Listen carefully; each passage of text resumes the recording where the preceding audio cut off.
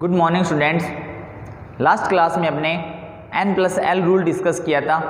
आज अपने n+l rule और ऑफ बोर्ड नियम जो थे उसके कुछ क्वेश्चन डिस्कस करेंगे। अपने स्टार्ट करते हैं। सबसे पहले देखते हैं अपने n+l जो रूल है, इसकी एक बहुत अच्छी बात बताते जा रहा हूँ मैं आज मैं, और उसमें है क्या, देखो आपने ऑफ बोर्ड रूल के अनुसार इलेक्ट्रॉन भरने का कक्षकों का ऊर्जा का क्रम देखा था, वो बनाते हैं एक बार। अपने ऑफ बोर्ड नियम के अनुसार आपने ऐसे बनाए थे 1s 2s 2p 3s 3p 3d 4s 4p 4d और 4f। एक बार अपने इतने देखते हैं। आपने इसमें एक बात सोची क्या कि अगर 2p बन रहा है या 3d बन रहा है या 4f बन रहा है तो यहाँ पर 1p क्यों नहीं बनता, और जैसे 3d बनता है तो यहाँ पे 1d भी तो होना चाहिए था, है ना। और यहाँ पर 2s कक्षक है, 2p कक्षक है, तो 2d कक्षक क्यों नहीं बनता, और यहाँ पर 3d है तो यहाँ पर 3f कक्षक क्यों नहीं बनता। इन कक्षकों की बात करेंगे अपने, इतने सारे कक्षकों के लिए, ठीक है। तो देखो ये जो कक्षक होते हैं ये तो अपने पढ़ लिए कि भाई 1s होता है, 2s होता है, 2p होता है, 3s होता है, 3p होता है, 3d होता है, 4s 4p 4d और 4f। अब आपने ये देखा कि ये जो इतने सारे कक्षक हैं, जैसे 1p 1d या 1f भी हो सकता है, या 2d या 3f, जैसे 4f बना तो 3f क्यों नहीं बना, और जैसे 3d बना तो 2d क्यों नहीं बना, जैसे 2p बना तो वैसे 1p क्यों नहीं बना। तो ये जो कक्षक होते हैं, क्वेश्चन ये है कि ये इतने सारे कक्षक क्यों नहीं बनते। तो इसके लिए क्या होता है, आपने एक बात ध्यान रखनी है, वो ये ध्यान रखनी है, आपने n+l रूल जो पढ़ा उसमें आपको एक ये ध्यान रखना है, इम्पोर्टेंट पॉइंट है बहुत ही, और वो ये पॉइंट है कि n का मान हमेशा ज़्यादा होगा l से। n का मान हमेशा क्या होगा, ज़्यादा होगा l से। ये कंडीशन होती है। n कभी भी l के बराबर नहीं हो सकता। n क्या है, कभी भी l के बराबर नहीं हो सकता, और जो n है वो कभी भी l से छोटा भी नहीं हो सकता, ये भी कंडीशन नहीं होती। तो ये कंडीशन एक ही अप्लाई होती है कि n का मान जो है वो हमेशा क्या होगा, l से बड़ा ही होगा। n और l का मान कभी भी किसी भी कक्षक के लिए बराबर नहीं होगा। अगर वो बराबर आ रहा है किसी का मान तो वो कक्षक नहीं बनते। और n का मान यहाँ पर मैंने ये लिखा है, इसको थोड़ा साफ करते हैं, दोबारा से लिखते हैं कि n का मान जो है, n का मान l से कभी भी छोटा नहीं होता। ये वाली बात भी नहीं होती और ये वाली बात भी नहीं कि n का मान हमेशा क्या हो जाए, l के बराबर, ये नहीं हो सकता। अब अपने इनके लिए चेक करते हैं 1p, इसके लिए अपने देखते हैं, इसके लिए n बराबर क्या होता है 1, और इसके लिए l बराबर भी क्या होता है 1 होता है। अभी तक आप लोग सीख गए होंगे कि n का मान कैसे निकालते हैं और l का मान कैसे निकालते हैं, ठीक है।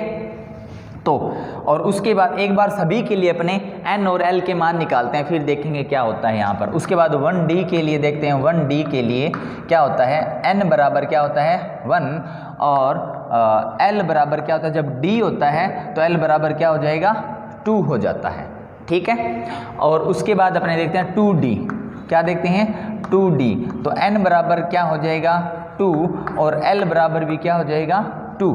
और देखते हैं अपने 3f, क्या देखते हैं 3f, n बराबर कितना हो जाएगा 3, और l बराबर भी कितना हो जाएगा, f है तो 3। तो देखो यहाँ पर ये सारी कंडीशन, यहाँ पर क्या हुआ, यहाँ पर अगर अपने देखें तो n बराबर क्या है l, और यहाँ पर n जो है वो क्या है l से छोटा है। यहाँ पर फिर क्या है n बराबर l, और यहाँ भी क्या है n और l के मान क्या होते हैं, बराबर होते हैं। तो देखो ये इस नियम में ये भी बात है कि n का मान हमेशा क्या होगा, बड़ा होगा। n का मान हमेशा क्या होगा, बड़ा होगा। ये इतने सारे कक्षक तो ये बना लिया आप लोगों ने, ठीक है। उसके बाद यहाँ पर ये जो कक्षक बने हुए हैं इतने सारे, इसके लिए आप देख लो किसी भी एक कक्षक, दो कक्षक, चार कक्षक आप एग्जाम्पल देखो और उसमें चेक करो कि n का मान l से बराबर है या छोटा है या बड़ा है। चेक करते हैं अपने, जैसे मैंने लिया 2s, क्या लिया मैंने 2s, इसके लिए देखते हैं 2s के लिए n बराबर क्या हो जाएगा, n बराबर कितना है 2 और l बराबर कितना होता है 0। और देख लो कोई भी 3p देख लो, ये जो इधर वाला ये जो मैंने अलग किया है इनको, इनमें से कोई भी कक्षक उठाओ और उसके लिए n और l के मान निकाल कर देखो। तो देखो अपने निकालते हैं 3p के लिए, किसके लिए 3p के लिए n इज इक्वल टू कितना हो जाएगा 3 और l इज इक्वल टू कितना होता है 1। ठीक है, आप निकालो 3s के लिए, निकालो कोई सा भी एग्जाम्पल उठा सकते हो आप। n बराबर कितना 3 और l बराबर कितना 0। आप 4d के लिए निकाल के देख लो, 4d बराबर इसके लिए n बराबर 4 और l बराबर कितना होता है 2। ठीक है, तो यहाँ पर ये इतने, इसमें और इसमें अगर अपने कंपैरिजन करें तो यहाँ पर क्या है n क्या है बड़ा है l से, यहाँ पे भी क्या है n बड़ा है l से, और यहाँ पर भी क्या है n की वैल्यू ज़्यादा है किससे l से, और यहाँ पर भी क्या है n ज़्यादा है किससे l से। तो देखो ये कंडीशन जब बनेगी वही कक्षक क्या करते हैं बनते हैं, और जिसमें ये कंडीशन होती है वो कक्षक नहीं बनते। ये सारे तो बन जाते हैं और वो सारे नहीं बनते। तो आपने ये ध्यान रखना, ये क्वेश्चन है बोर्ड का क्वेश्चन है एक बहुत ही अच्छा, कि भाई जो कक्षक अपने बनाते हैं उसमें 1p 1d 2d या इसमें जैसे 2f कुछ भी मान लो, 3f मान लो, इसको 1f मान लो, कुछ भी कोई सा भी कक्षक क्यों नहीं बनता। इन सब का रीजन क्या है, इन सब का कारण ये है कि n की वैल्यू हमेशा क्या होती है l से ज़्यादा, n और l बराबर नहीं होते और n छोटा भी नहीं होता किससे l से।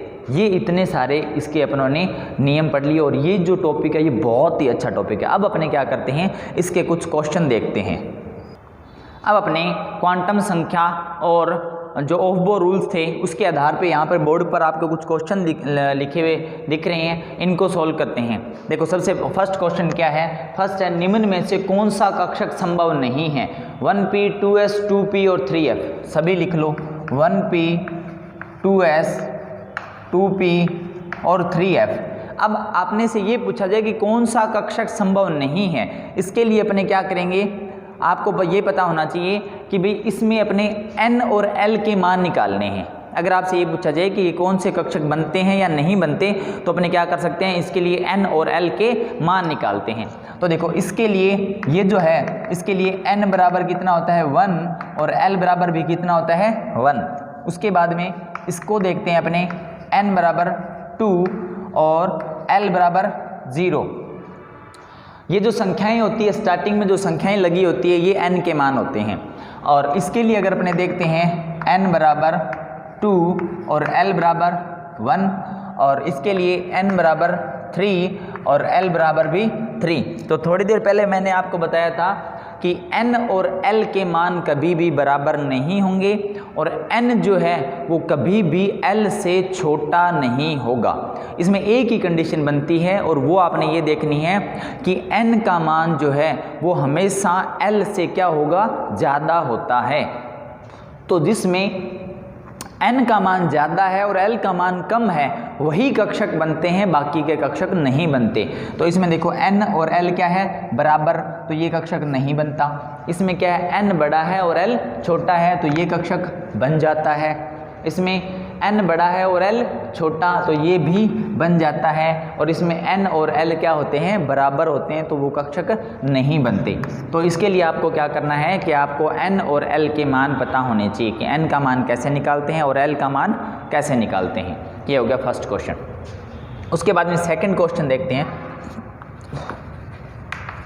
आंसर सेकंड, ये है आंसर फर्स्ट। देखो ये कहता है निम्न क्वांटम संख्या के आधार पर कक्षकों के नाम बताइए।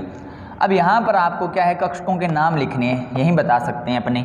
जब n का मान 1 होता है तो अपने क्या लिख सकते हैं 1, और जब l का मान 0 होता है, दोबारा से रिपीट कर देता हूँ मैं, जब l का मान 0 होता है तो s कक्षक होता है, जब l का मान 1 होता है तो P होता है, और जब L का मान 2 होता है तो कौन सा होता है D, और जब L का मान 3 होता है तो कौन सा कक्षक होता है F कक्षक होता है। तो देखो यहाँ पर n का मान 1 है तो अपनों ने 1 लिख लिया, L बराबर 0 है तो अपनों ने क्या लिख सकते हैं इसे 1s, n बराबर कितना है 3 और L बराबर कितना है 1, n बराबर 3 है तो इसे 3 लिख दो, और L बराबर क्या है 1 है तो अपने इसे किससे दर्शा सकते हैं S से।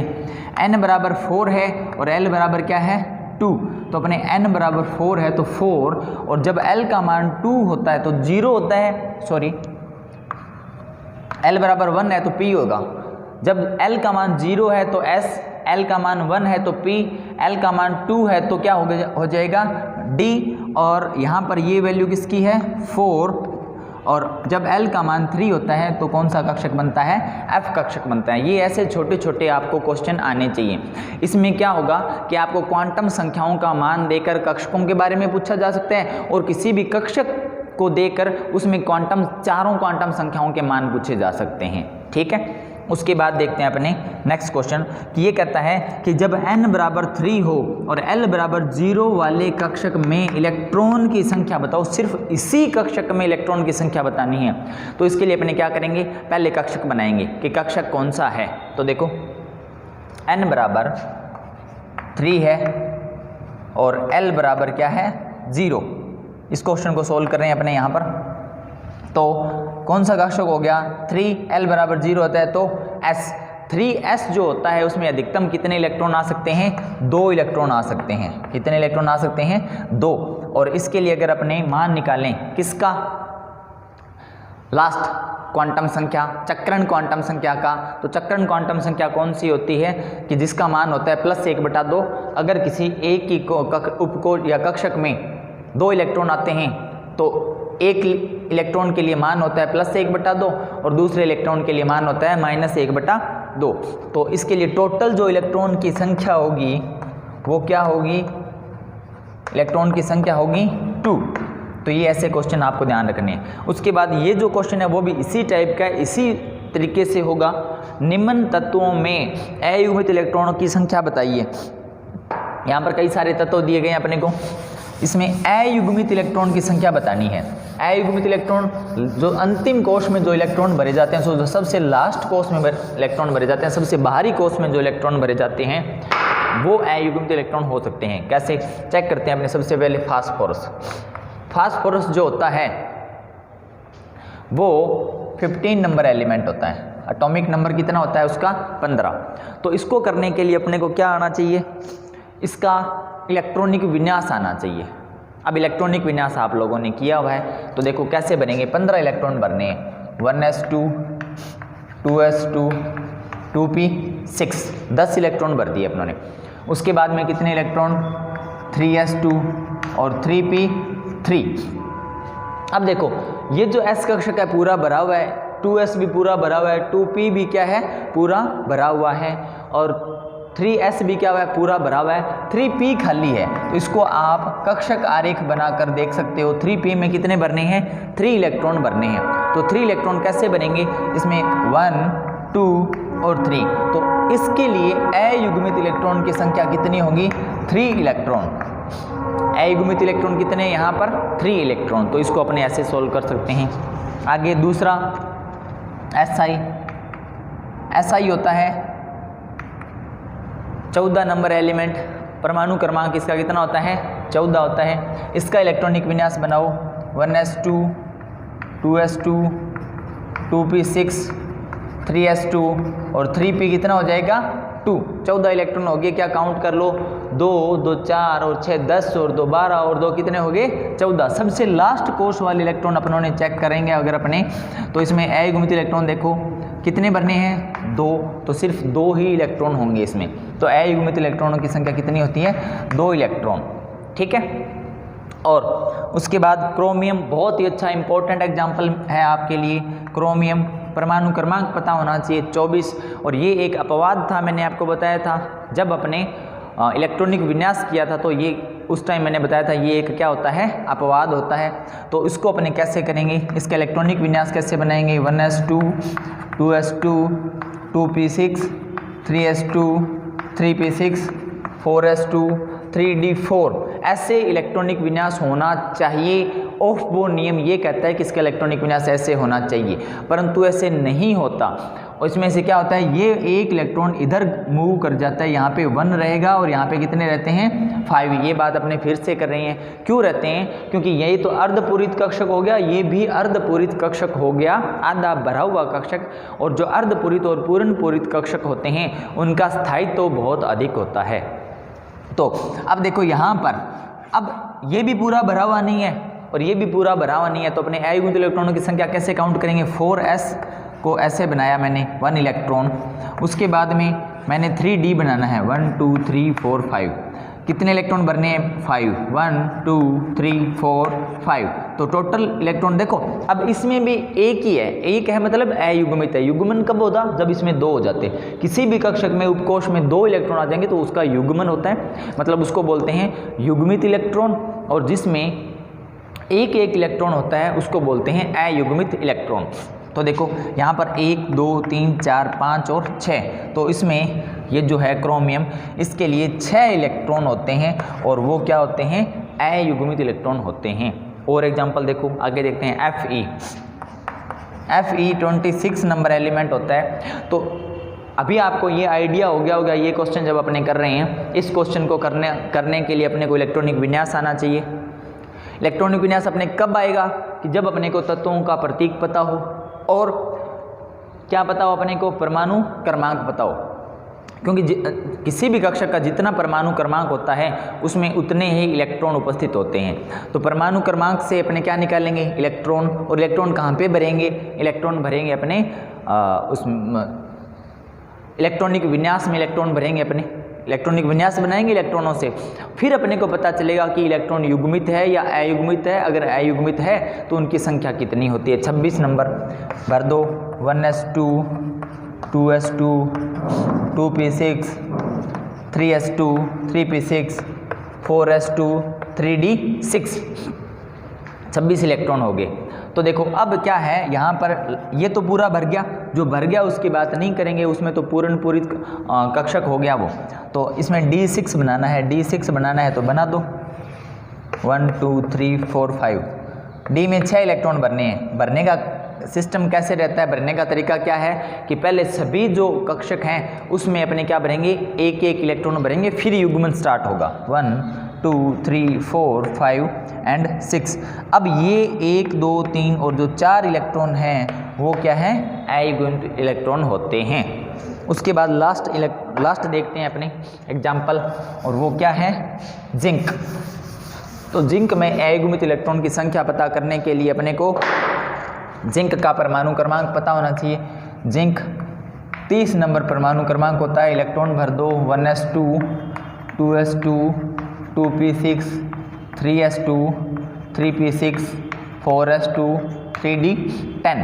तो देखो ये भी 4s2 और d में, s में भी कितने आगे 2 और d में भी कितने आगे 1 2 3 4, तो 10 इलेक्ट्रॉन आगे, 2 4 6 8 और कितने आगे 10 इलेक्ट्रॉन आगे। तो ये सारे जो इलेक्ट्रॉन है वो क्या है, युग्मित इलेक्ट्रॉन हैं। और अपने को क्वेश्चन क्या पूछता है, क्वेश्चन में ये लिखा है किसकी संख्या बताइए, अयुग्मित इलेक्ट्रॉनों की संख्या बताइए। तो यहाँ पर अयुग्मित इलेक्ट्रॉनों की संख्या कितनी है, 0 इलेक्ट्रॉन होते हैं। तो इस टाइप के कुछ क्वेश्चन जो कि ऑफ-बोर सिद्धांत और जो क्वांटम संख्या है उसके आधार पर अपने इस टाइप के क्वेश्चन सॉल्व कर सकते हैं। आज के लिए बस इतना ही, थैंक यू।